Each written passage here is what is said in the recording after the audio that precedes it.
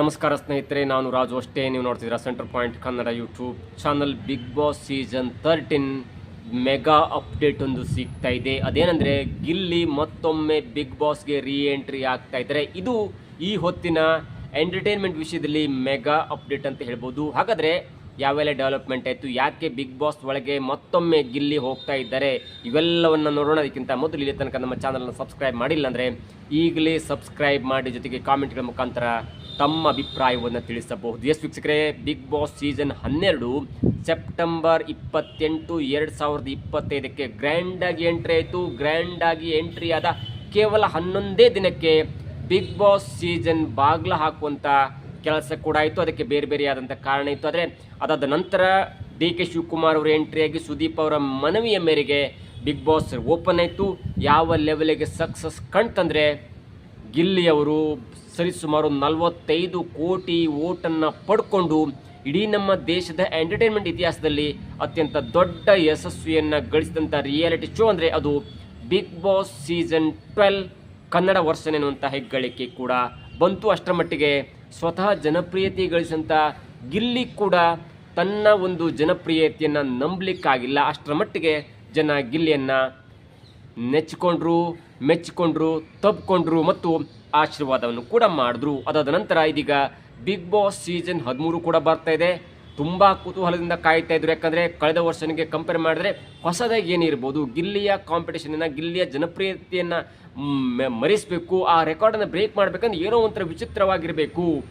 ಯಾಕಂದರೆ ನೋಡಿ, ಇದು ಸರಿ ಇಲ್ಲ, ಗಿಲ್ಲಿ ಚೆನ್ನಾಗಿದ್ದ, ಇದು ಸರಿ ಇಲ್ಲ ರೀ, 13ರ ಸೀಸನ್ ಚೆನ್ನಾಗಿಲ್ಲ, ಗಿಲ್ಲಿ ಎಷ್ಟು ಚೆನ್ನಾಗಿ ಆಟ ಆಡಿದ್ದ, ಯಾರನ್ನೂ ಬೈದಿಲ್ಲ, ಯಾರನ್ನು ತೆಗಳಿಲ್ಲ, ಒಂದ್ಸಲ ಕಣ್ಣೀರು ಹಾಕಿಲ್ಲ, ಆದರೂ ಕೂಡ ಇಷ್ಟು ಮನೋರಂಜನೆಯನ್ನು ಕೊಟ್ಟ, ಈ ಬಿಗ್ ಬಾಸ್ ಸೀಸನ್ 13 ಚೆನ್ನಾಗಿಲ್ಲ ಎನ್ನುವಂಥ ಮಾತು ಆಡಬಾರದು ಎನ್ನುವ ದೃಷ್ಟಿಯಲ್ಲಿ ಬಿಗ್ ಬಾಸ್ ತಂಡ ತನ್ನ ಹಳೆಯ ಜನಪ್ರಿಯತೆಯನ್ನು ಇಟ್ಕೊಂಡು ಒಂದು 20 ದಿನ ಮೊದಲು ಈ ಬಿಗ್ ಬಾಸ್ ಸೀಸನ್ 13 ಆರಂಭ ಮಾಡ್ತಿದೆ.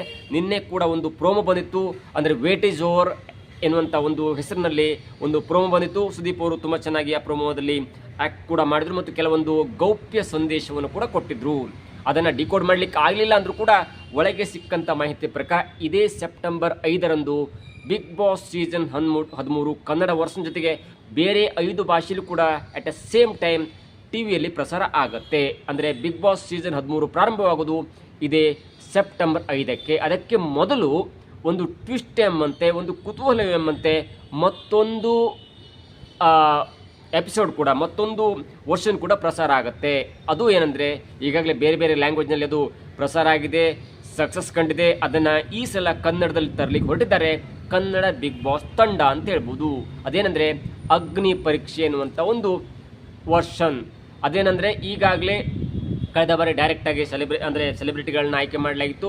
ಮಲ್ಲಮ್ಮ ಎನ್ನುವಂಥ ಒಂದು ಮಹಿಳೆಯನ್ನು ಬಿಟ್ಟು ಎಲ್ಲರೂ ಕೂಡ ಬೇರೆ ಬೇರೆ ಟೆಲಿವಿಷನ್ ಶೋ ಅಲ್ಲಿ ಹೆಸರು ಮಾಡ್ಕೊಂಡಂತೂ ಅಥವಾ ಸೋಷಿಯಲ್ ಮೀಡಿಯಾದ ಹೆಸರು ಮಾಡ್ಕೊಂಡ್ರನ್ನ ಟಿವಿಯಲ್ಲಿ ತಂದು ಕೂರಿಸಿ ಅವರನ್ನ ಆಟ ಆಡಿಸಲಾಯಿತು. ಈ ಸಲ 20 ಸ್ಪರ್ಧಿಗಳ ಪೈಕಿ ಸುಮಾರು 10ರಿಂದ 12 ಸ್ಪರ್ಧಿಗಳು ಕಾಮನ್ ಮೆನ್ ಆಗಿರ್ತಾರೆ. ಈಗಾಗಲೇ ಲಕ್ಷಾಂತರ ಜನರು ತಮ್ಮ ಬಯೋಡೇಟಾ ಮುಖಾಂತರ, ತಮ್ಮ ಒಂದು ವ್ಯಕ್ತಿತ್ವದ ಮುಖಾಂತರ ಈಗಾಗಲೇ ಬಿಗ್ ಬಾಸ್ ತಂಡವನ್ನು ಸಂಪರ್ಕ ಮಾಡಿದ್ದಾರೆ, ತಮ್ಮ ಬಯೋಡೇಟಾವನ್ನು ಕಳಿಸಿದ್ದಾರೆ, ತಮ್ಮ ವ್ಯಕ್ತಿತ್ವದ ಒಂದು ಪರಿಚಯವನ್ನು ಮಾಡಿಕೊಂಡಿದ್ದಾರೆ. ಅದರಲ್ಲಿ ಒಂದು 20ರಿಂದ 25 ಜನರನ್ನು ಸೇರಿಸಿ ಒಂದು ಶೋ ಮಾಡಲಾಗುತ್ತೆ. ಅದೇನೆಂದರೆ ಅಗ್ನಿ ಪರೀಕ್ಷೆ ಬಿಗ್ ಬಾಸ್ 13 ಎನ್ನುವಂಥ ಹೆಸರಿನಲ್ಲಿ ಒಂದು ಶೋವನ್ನು ಮಾಡಲಾಗುತ್ತೆ. ಆ ಶೋ ಜಿಯೋ ಹಾಟ್‌ಸ್ಟಾರ್ ಎನ್ನುವಂಥ ಒಂದು OTT ಪ್ಲ್ಯಾಟ್ಫಾರ್ಮಲ್ಲಿ ಟೆಲಿಕಾಸ್ಟ್ ಕೂಡ ಆಗುತ್ತೆ. ಅದು ಯಾವಾಗ ಆಗುತ್ತೆ ಅಂದರೆ ಇದೇ ಆಗಸ್ಟ್ 15 ಅಥವಾ 16ರಿಂದ ಆ ಒಂದು ಶೋ ಕೂಡ ಪ್ರಸಾರ ಆಗುತ್ತೆ OTT ಪ್ಲ್ಯಾಟ್ಫಾರ್ಮಲ್ಲಿ. ಅಲ್ಲಿ ಏನಾಗುತ್ತೆ ಅಂದರೆ, ಈ ಬಿಗ್ ಬಾಸ್ TV ಶೋ ಆಗುತ್ತಲ್ಲ, ಅದೇ ರೀತಿಯಲ್ಲಿ ಟಾಸ್ಕನ್ನು ಕೊಡಲಾಗುತ್ತೆ.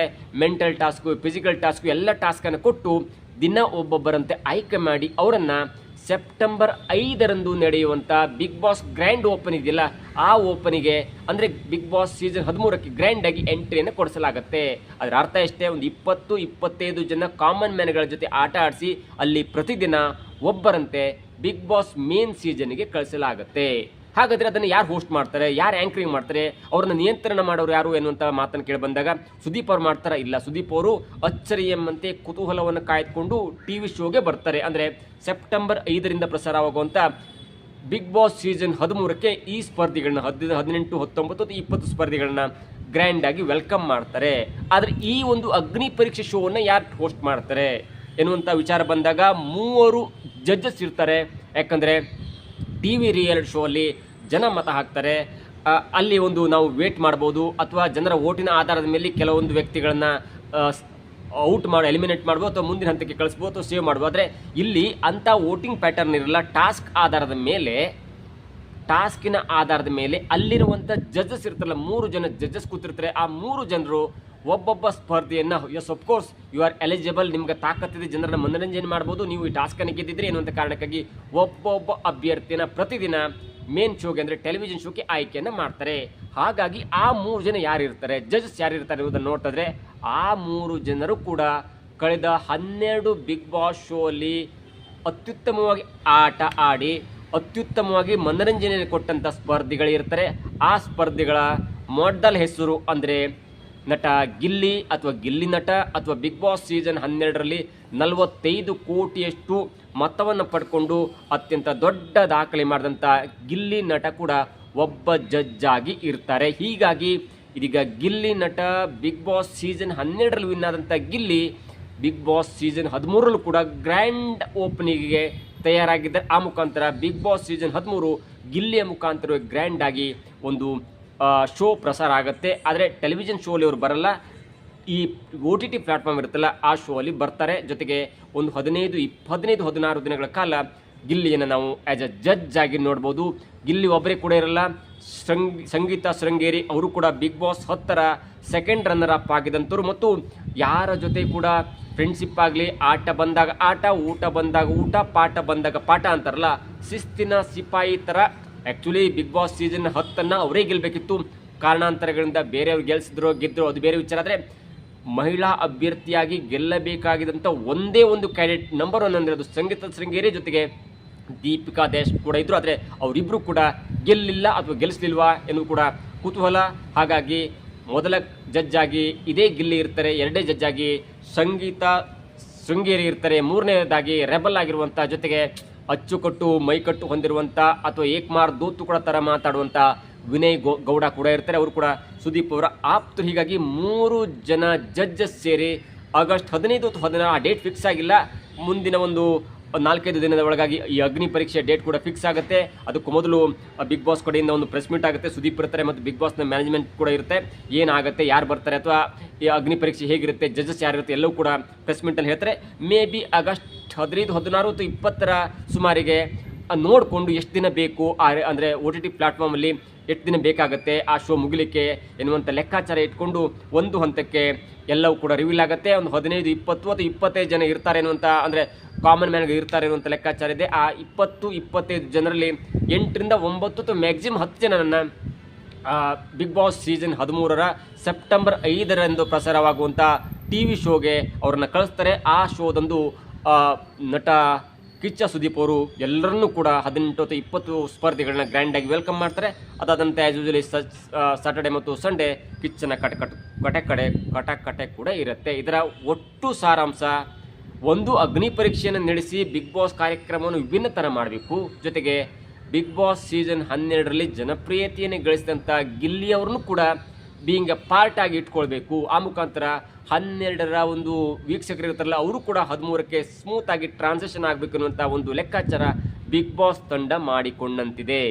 ಹಾಗಾಗಿ ಈ ಸಲ ಬೇಡ ಅಂತಿದ್ರಂತೆ ಅಗ್ನಿ ಪರೀಕ್ಷೆ, ಕರ್ನಾಟಕದಲ್ಲಿ ಬೇಡ, 4-5 ಜನ ಕಾಮನ್ ಮ್ಯಾನ್ಗಳನ್ನ ಆಯ್ಕೆ ಮಾಡುವ, ಅದಾದ ನಂತರ 15 ಜನ ಸೆಲೆಬ್ರಿಟಿಗಳೊಂದಿಗೆ ಒಂದು 5-6 ಜನ ಕಾಮನ್ ಮ್ಯಾನು, ಒಂದು 15 ಜನ ಸೆಲೆಬ್ರಿಟಿಗಳನ್ನ ಇಟ್ಕೊಂಡು ನಾವು ಆಟ ಆಡಿಸ್ರಾಯ್ತು, ಬೇರೆ ಬೇರೆ ಥರ ಒಂದು ಸೆಲೆಬ್ರಿಟಿಗಳನ್ನ ಆಯ್ಕೆ ಮಾಡ್ಕೊಂಡ್ರಾಯ್ತು ಅನ್ನೋ ಒಂದು ವಿಶ್ವಾಸ ಇತ್ತು. ಆದರೆ ಎಲ್ಲೋ ಒಂದು ಕಡೆ ಈ ಬಿಗ್ ಬಾಸ್ ಸೀಸನ್ 12ರ ಜನಪ್ರಿಯತೆ ಯಾವ ಲೆವೆಲಿಗೆ ತಲೆಗೇರಿತ್ತಂದರೆ ಬಿಗ್ ಬಾಸ್ ಸೀಸನ್ 13ರಲ್ಲಿ ಏನೂ ಇರಲ್ಲ ಎನ್ನುವಂಥ ಲೆಕ್ಕಾಚಾರವನ್ನು ವೀಕ್ಷಕರು ಆಲ್ರೆಡಿ ಮಾಡ್ಕೊಂಡ್ಬಿಟ್ಟು, ಹೀಗಾಗಿ ಹೇಗಾದರೂ ಮಾಡಿ ಗಿಲ್ಲಿಯನ್ನು ತರಬೇಕು ಅನ್ನುವಂಥ ದೃಷ್ಟಿಯಿಂದ ಗಿಲ್ಲಿ ನಟನನ್ನು ಆ್ಯಸ್ ಎ ಜಡ್ಜ್ ಆಗಿ ಕೂರಿಸಿ ಒಂದು 10-12 ದಿನಗಳ ಎಂಟರ್ಟೈನ್ಮೆಂಟ್ ಕೊಡಿಸಿ ಆ ಮುಖಾಂತರ ಒಂದು ಓಪನನ್ನು ಮಾಡ್ಕೊಳ್ಬೇಕು. ಜನರು ಬಿಗ್ ಬಾಸ್ 12ರಿಂದ ಸ್ಮೂತಾಗಿ ಟ್ರಾನ್ಸಿಷನ್ ಆಗಿ ಬಿಗ್ ಬಾಸ್ 13ಕ್ಕೂ ಬರಬೇಕು ಎನ್ನುವ ದೃಷ್ಟಿಯಲ್ಲಿ ಗಿಲ್ಲಿ ನೋಡಲಿಕ್ಕಾದರೂ ಕೂಡ ಬರಬೇಕು ಎನ್ನುವಂಥ ದೃಷ್ಟಿಯಲ್ಲಿ ಇದೀಗ ಬಿಗ್ ಬಾಸ್ ಸೀಸನ್ 13ರಲ್ಲಿ ಮೊದಲ ಹಂತವಾಗಿ ಅಗ್ನಿ ಪರೀಕ್ಷೆ ಆಗುತ್ತೆ. ಅಗ್ನಿ ಪರೀಕ್ಷೆಯ ಒಂದು ಜಡ್ಜ್ ಆಗಿ ಗಿಲ್ಲಿ ಇರ್ತಾರೆ, ಸಂಗೀತ ಶೃಂಗೇರಿ ಇರ್ತಾರೆ, ಜೊತೆಗೆ ವಿನಯ್ ಗೌಡ ಕೂಡ ಇರ್ತಾರೆ. ಇದಾದ ನಂತರ ಬಿಗ್ ಬಾಸ್ ಸೀಸನ್ ಮುಖ್ಯ ಸೀಸನ್ ಕೂಡ ಆಗುತ್ತೆ. ಬಿಗ್ ಬಾಸ್ ಸೀಸನ್ 10 ಅಥವಾ 11 ಅನಿಸುತ್ತೆ, ಅಲ್ಲೂ ಕೂಡ ಒಂದು OTT ಪ್ಲಾಟ್ಫಾರ್ಮ್ ಆಗಿತ್ತು, ಅಲ್ಲಿ ರೂಪೇಶ್ ಶೆಟ್ಟಿ ಅವರು ಗೆದ್ದಿದ್ರು. ಅದಾದಂಥ ಅವರನ್ನು ಜೊತೆಗೆ ಅವ್ರು 4 ಜನ ಮತ್ತೆ ಟಿ ವಿ ರಿಯಾಲಿಟಿ ಶೋಗೆ ಆಯ್ಕೆ ಮಾಡಿ ಆ ಒಂದು ಮುಖ್ಯ ಸೀಸನ್ಲೂ ಕೂಡ ಅವರು ಗೆದ್ದಿದ್ರು. ಹೀಗಾಗಿ ಅದೇ ಥರದಲ್ಲಿ ಒಂದು ಆಟ. ಆದರೆ ಅಲ್ಲಿ ಸೆಲೆಬ್ರಿಟಿಗಳನ್ನ ಕೂಡ ಹಾಕಲಾಗಿತ್ತು, ಒಂದು 18-20 ಜನರನ್ನು. ಅದು ಇಲ್ಲಿ ಕಾಮನ್ ಮ್ಯಾನ್ಗಳನ್ನ ಕೂಡ ಹಾಕಿ ಅವ್ರ ಹತ್ರ ಟಾಸ್ಕ್ ಮಾಡಿಸಿ ಒಂದು 10-12 ದಿನ ಆಟ ಆಡಿಸಿ ಅಲ್ಲಿ ಒಂದು 10-12 ಜನರನ್ನು ಮುಖ್ಯ ಸೀಸನ್ಗೆ ಕಳಿಸ್ತಾರೆ. ಆ ಸೀಸನ್ನಲ್ಲಿ ಇದೀಗ ಜಡ್ಜ್ ಆಗಿರುವಂಥವ್ರು ಗಿಲ್ಲಿ ನಟ, ಸಂಗೀತ ಶೃಂಗೇರಿ ಮತ್ತು ವಿನಯ್ ಗೌಡ. ನೋಡಬೇಕು ಈ ಜಡ್ಜಸ್ಗಳಲ್ಲಿ ಯಾರು ಚೇಂಜಸ್ ಆಗ್ತಾ ಇರ್ತೋ, ಹೊಸ ಮತ್ತೊಬ್ಬರ ಹೆಸರು ಬರ್ತಾ ಕಾದು ನೋಡೋಣ. ಸದ್ಯಕ್ಕೆ ಸಿಕ್ಕ ಮಾಹಿತಿ ಪ್ರಕಾರ ಗಿಲ್ಲಿ ನಟ ಕೂಡ ಬಿಗ್ ಬಾಸ್ 13ಕ್ಕೆ ಗ್ರ್ಯಾಂಡ್ ಆಗಿ ಎಂಟ್ರಿ ಕೊಡ್ತಾರೆ. ಆ್ಯಸ್ ಎ ಪಾರ್ಟಿಸಿಪೆಂಟ್ ಅಲ್ಲ, ಜೊತೆಗೆ ಆ್ಯಸ್ ಎ ಜಡ್ಜ್ ಆಗಿ. ಕುತೂಹಲ ಜಾಸ್ತಿ ಇದೆ, ನೋಡೋಣ ಮುಂದಿನ ದಿನಗಳಲ್ಲಿ ಮತ್ತು ಕೂಡ ಬಿಗ್ ಬಾಸ್ ಬಗ್ಗೆ ಅಪ್ಡೇಟ್ಗಳನ್ನ ಕೊಡ್ತೇವೆ. ಇದಾಗುತ್ತೆ ಇವತ್ತಿನ ವಿಶೇಷ. ನೋಡ್ತಾರೆ centre Point Kannada YouTube channel.